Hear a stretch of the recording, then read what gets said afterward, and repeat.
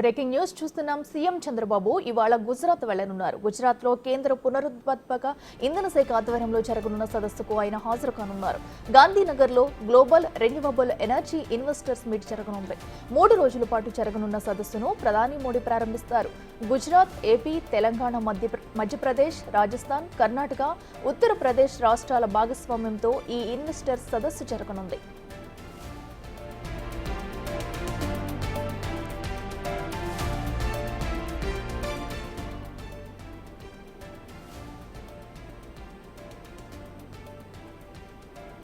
ఈ సదస్సు తొలి రోజు సీఎం చంద్రబాబు ప్రసంగించనున్నారు. ఏపీలో అమలు చేయనున్న solar wind, hydro pumped storage విద్యుత్ ఉత్పత్తి గురించి వివరిస్తారు. దాంతోపాటు ఈ ప్రాజెక్టులకు ఇస్తున్న ప్రోత్సాహకాలు, ప్రాధాన్యత, విధానపరమైన నిర్ణయాలపై కూడా ప్రసంగించనున్నారు. ఇక ఈ సదస్సు సమయంలోనే ప్రధాని మోదీతో చంద్రబాబు సమావేశం కానున్నారు. రాష్ట్రంలో ప్రస్తుత పరిస్థితులను వివరించనున్నారు. భారీ వర్షాలు, వరదల కారణంగా జరిగిన నష్టం, సహాయక చర్యలపైన ప్రధానికి నివేదించనున్నట్లు తెలుస్తోంది.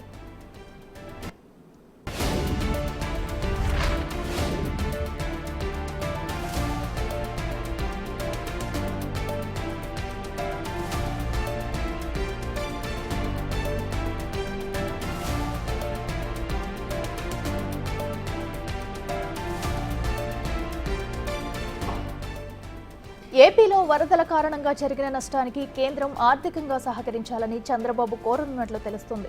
దాంతోపాటు అమరావతికి 15,000 కోట్ల రుణం, పోలవరం ప్రాజెక్టుకు కేంద్రం ఆమోదించిన డిపిఆర్లో అడ్వాన్స్ నిధుల గురించి చర్చించే అవకాశం ఉన్నట్లు తెలుస్తుంది.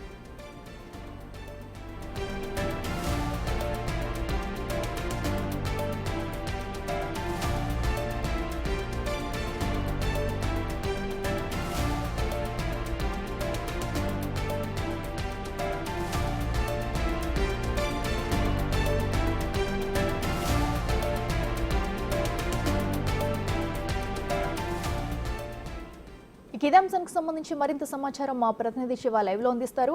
శివ, చెప్పండి, మరి ఏపీ సీఎం చంద్రబాబు నాయుడు గుజరాత్ లో జరుగుతున్న సదస్సుకైతే హాజరవబోతున్నట్టు తెలుస్తుంది. అలాగే అక్కడ ప్రధాని మోడీతో కూడా భేటీ అయ్యే అవకాశం ఉన్నట్లు కూడా తెలుస్తుంది. అప్డేట్స్ ఏంటి? ఈరోజు ఏపీ సీఎం చంద్రబాబు గుజరాత్ పర్యటనకు వెళ్ళబోతున్నారు. ఇదే పర్యటనలో ఆల్రెడీ నిన్ననే ప్రధాని నరేంద్ర మోడీ గుజరాత్ చేరుకున్నారు. మొత్తంగా చూసుకుంటే రెన్యూబుల్ ఎనర్జీ ఇన్వెస్టర్స్ సమిట్ 2024 సదస్సుకు సీఎం చంద్రబాబు హాజరు కాబోతున్నారు. ఈ సదస్సును ప్రధాని నరేంద్ర మోడీ ముఖ్య అతిథిగా హాజరై ప్రారంభించబోతున్నారు. అయితే దీంట్లో విదేశాలకు సంబంధించిన ఇన్వెస్టర్స్ ఎంతోమంది దీంట్లో పాల్గొనబోతున్నారు. ఈ నేపథ్యంలోనే ఏపీ నుంచి చంద్రబాబు వెళ్ళి జాతీయ, అంతర్జాతీయ పెట్టుబడుల కోసం, రాష్ట్ర పెట్టుబడుల కోసం ప్రతినిధులతో ఆయన ప్రధానంగా చర్చించబోతున్నారు. ఈ సమావేశంలో రాష్ట్రానికి రావడం ద్వారా పెట్టుబడులు ఏ విధంగా పెట్టాలి, ఏ రంగాలు పెట్టుబడులు పెట్టాలి, పెట్టుబడులు పెట్టే సందర్భంలో రాష్ట్ర ప్రభుత్వం నుంచి ఎటువంటి సహకారం అందిస్తామో అనే అంశాలపై ప్రధానంగా ఈరోజు జరిగే ఈ సదస్సులో చర్చించబోతున్నారు. రాష్ట్రంలో ఉన్న అపార అవకాశాలు, మానవ వనరుల గురించి ప్రధానంగా చంద్రబాబు ఇన్వెస్టర్లకు ఈ సదస్సులో పాల్గొని వారితో ప్రత్యేకంగా ఒక్కొక్కరితో ఇన్వెస్టర్స్ ఎవరైతే ఉన్నారో వారందరితో కూడా ఒక్కొక్కరితో సమావేశమై రాష్ట్రంలో పెట్టుబడులకు ఉన్న అవకాశాలకు సంబంధించి ప్రధానంగా చంద్రబాబు వారితో చర్చించబోతున్నారు. ఇక పునరుత్పాదక విద్యుత్ రంగంలో ఆంధ్రప్రదేశ్లో పెట్టుబడులు పెట్టడానికి ఉన్న అవకాశాల గురించి కూడా ప్రధానంగా వారికి సవివరంగా చంద్రబాబు వివరించబోతున్నారు. అయితే ఈ సమావేశంలో ప్రధాని నరేంద్ర మోడీ కూడా పాల్గొనబోతున్న నేపథ్యంలో ముఖ్యంగా రాష్ట్రంలో ఉన్న సమస్యలు, ప్రజెంట్ ఉన్న సమస్యలు, ఏదైతే వరద వల్ల,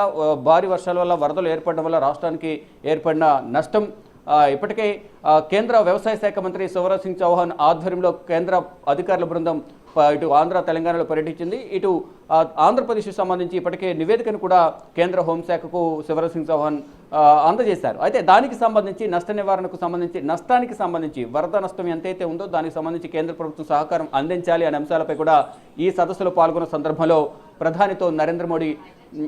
ప్రధాని నరేంద్ర మోడీతో చంద్రబాబు చర్చించే అవకాశాలు అయితే ఎక్కువగా కనిపిస్తున్నాయి. దానితో పాటు గతంలో ఏదైతే ఇప్పటికే రాష్ట్రానికి సంబంధించి పోలవరం ప్రాజెక్టు సంబంధించి ఆర్థికంగా సహకారం అందిస్తామని తెలిపారు. మరోవైపు రాష్ట్ర రాజధాని అమరావతి నిర్మాణానికి 15,000 కోట్ల పెట్టుబడులకు సంబంధించి, దాని నిర్మాణానికి సంబంధించి కూడా సహకారం అందిస్తామని గత బడ్జెట్లో కేంద్ర ఆర్థిక శాఖ మంత్రి నిర్మలా సీతారామన్ నిధులకు సంబంధించి ఒక ప్రకటన కూడా చేశారు. దాని తర్వాత కృతజ్ఞత తెలిపేందుకు తర్వాత ఢిల్లీ వచ్చిన సందర్భంలో కేంద్ర హోంమంత్రి కానీ ఇతర మంత్రులు కూడా చంద్రబాబు కలిశారు. వారందరూ కృతజ్ఞతలు తెలిపారు. త్వరితగతిన ఏదైతే కేంద్ర బడ్జెట్లో ప్రవేశపెట్టిన నిధులు ఏవైతున్నాయో వాటిని విడుదల చేసేందుకు అవకాశం కల్పించాలి. త్వరితగతిన విడుదల చేయడం ద్వారా అమరావతి రాజధాని నిర్మాణం కానీ, ఇటు పోలవరం నిర్మాణానికి సత్వరం పనులు ప్రారంభించడానికి అవకాశం ఉంటుందంటూ కూడా వారందరికీ నివేదికలు సమర్పించారు. దానిలో భాగంగా ఈ రోజు కూడా ప్రధాని నరేంద్ర మోడీతో రాష్ట్ర అభివృద్ధికి సహకరించాలి, రాష్ట్రానికి గతంలో ప్రకటించిన నిధులు కానీ మరోవైపు ఇప్పుడు వరదల వల్ల ఏర్పడిన నష్టానికి సంబంధించి కేంద్ర ప్రభుత్వం నుంచి సహకారం అందించాలంటూ కూడా ప్రధాని నరేంద్ర మోడీతో సీఎం చంద్రబాబు ఈ రోజు జరగబోయే సమావేశంలో చర్చించబోతున్నారు. అంటే ఒకవైపు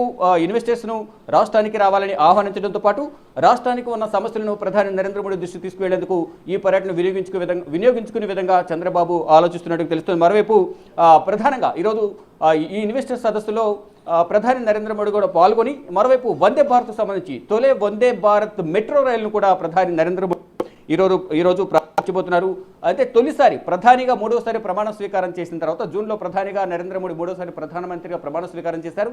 ఈరోజు సొంత రాష్ట్రమైన గుజరాత్కు తొలిసారి నిన్న వెళ్లారు. ఈరోజు కొత్త ప్రాజెక్టులు ఈవెంట్లను కూడా ప్రధాని నరేంద్ర మోడీ ప్రారంభించబోతున్నారు. అంటే 2 రోజుల గుజరాత్ పర్యటనలో భాగంగా వందే భారత్ మెట్రో ట్రైన్స్ ఈ అహ్మదాబాద్ నుంచి గాంధీనగర్ మధ్య 2వ దశ మెట్రో రైల్ ప్రాజెక్టును ప్రధాని Narendra Modi ప్రారంభించబోతున్నారు.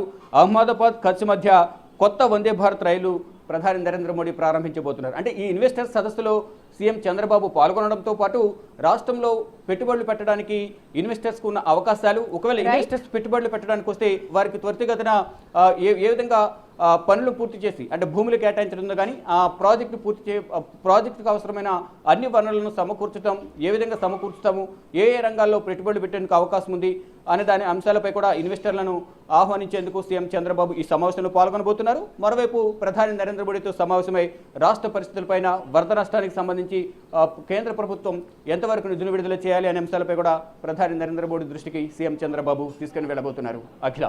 Right Shiva, thank you.